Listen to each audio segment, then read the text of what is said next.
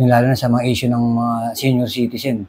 Minsan po namin natikman yung 4,000 kay Mayor, pero nung bumaba na po siya, nabawasan, naging 2,500 na lang.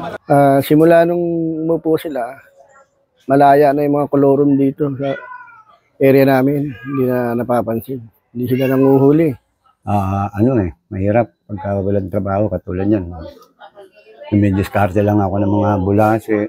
Minsan nag-deliver ako ng mga soft drinks, kaya may mga bote ako. So mga Call School, nandito tayo ngayon sa Taytay, Rizal. Alamin natin kung ano yung mga concerns nila dito sa bayan ng Taytay. Tara, samahan niyo ako.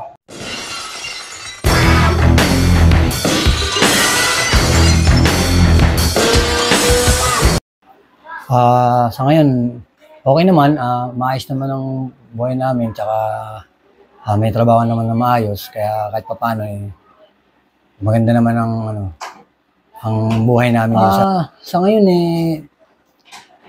medyo parang nakukulangan pa ako ng konti dahil yung lalo na sa mga issue ng mga senior citizen. Medyo parang hindi ko alam kung bakit, kung kalahati, ba't ang liit, hindi katulad sa ibang mga munisipalidad natin, pagkakaalam ko buo. Dito, ang narinig kong kwento sa mga ibang matanda, bababa daw. 3,000 lang. Ang medyo nakikita kong problema, napapansin ko lalo sa lugar namin, yung ng basura. Kung maaari sana, kung mas araw-araw, hindi yung kung kailan mo lang gustong pumunta, kasi naiipon. Totoo, yun ang isa sa mga major concern ng lugar namin na to. Yung basura naiipon, and then yung hindi ko naman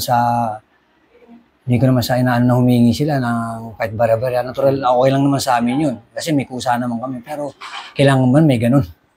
Kailangan ba kada ikot ng basurero natin, kailangan natin mag-ano. Kami naman, kahit bara-bara, kaya namin magbigay. Pero sana hindi sa pilitan. Kung wala yung iba, hindi dapat maintindihan din ng mga... Tsaka sana kung hindi kaya ng regular days, kahit sana 4 na beses sa 1 linggo, okay na sa amin. Kami sa 1 linggo, minsan wala pa, minsan isa. Siyempre, ang basura ng bawat sambayan, naiipon. Kaya nagkakaroon dito minsan ng medyo bumabaho, nagkakaroon ng mga sakit ng ibang mga kabataan, lalo na ng mga matatanda. Kasi siyempre, pag ang kalinisan kailangan ma-maintain natin, lalo sa mga lugar na ito, mga mataong lugar. Lalo dito sa amin sa Sitio San Lorenzo.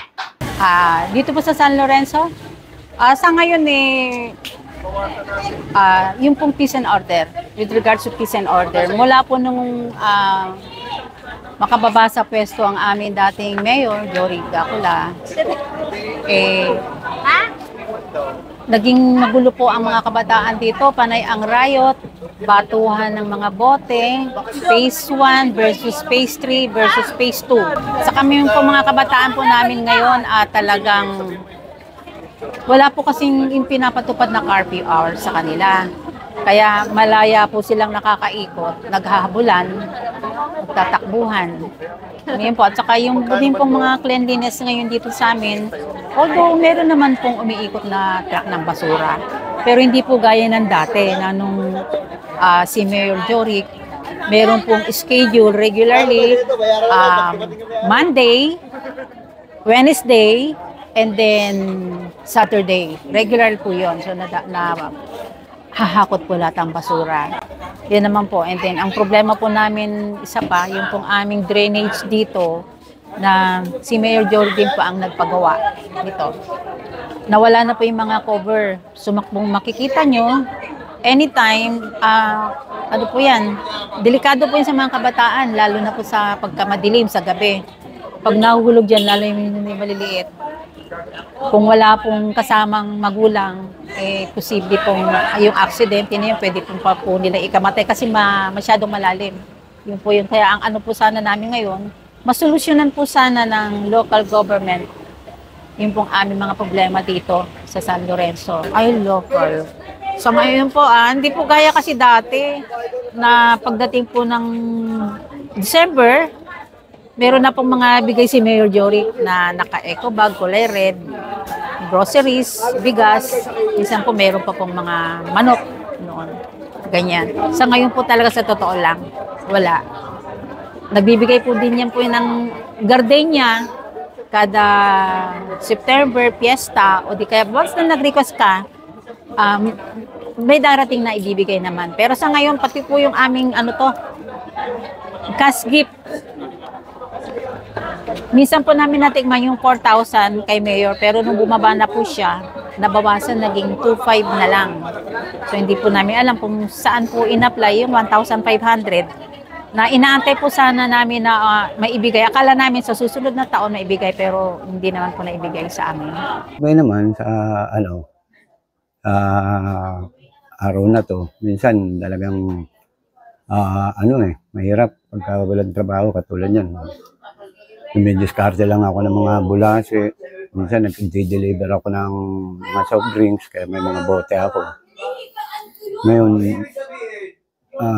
awa ng Diyos, yan, may nabibigay na kapitbahay. Wala eh. Ngayon, yung kapitbahay ko, sa awa ng Diyos, nakita nila ako, nagpa-interview ako rito sa loob ng bahay.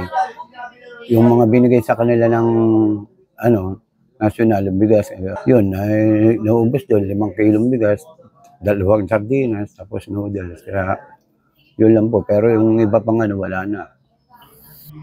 Okay naman, medyo maganda-ganda naman ang pasada. Kaya lang medyo lang ngayon sa iba yan namumuno noon, iba yan namumuno ngayon. Kami po dito wala kaming nakuha. Yung isang beses lang nung panahon ng pandemic, 1,000. Malaki ang pagkakaiba ngayon. Kasi nung araw, mga palakad talaga. Sabi yung disiplinado, unang-una sa TMTFRO. Hindi uso yung lagayan din sa franchising. Walang palakasan. Ngayon naman, yung nangyayari ngayon, lagayan na. Para may ng pera sa mga toda. Pag malakas ka magbigay sa toda, malakas maglagay ang toda, napansinin ka nila. Simula nung umupo sila, malaya na yung mga kolorum dito sa area namin. Hindi na napapansin. Hindi sila nanguhuli. Ang lang nila lagi, dun sa proper, dito sa Laylayan, hindi sila nanguhuli. Sa ngayon, hindi namin masabing mabuti dahil ang dami pong pagbabago kasi. Una, dati nung si Mayor pa yung nandito, kayang-kaya namin dumiritso sa opisina, ngayon hindi na. Wala po ba kayo nakukuha sa local government? Mayroon din, kaso lang yung pahirapan. Katulad po na sa senior, dati ang natatanggap namin buo, ngayon mayroon kadalasan, yung iba kalahati na lang na ibibigay kasi sa ngayon. Kasi nga, ang kadalasan, sabi wala daw pundo yung Yun nga, nalalaman namin kay Mayor ngayon na malaki palang pundo para doon. Kaya sabi ko nakakalungkot kasi nga, yung iba, nakatanggap ng 4,000, yung iba naman. Ako, napakapit na ako kasi nakakuha ako. Pero paano naman ng mga iba? Diba? Lalo na yung mga matatanda na, mga senior ng ganyan.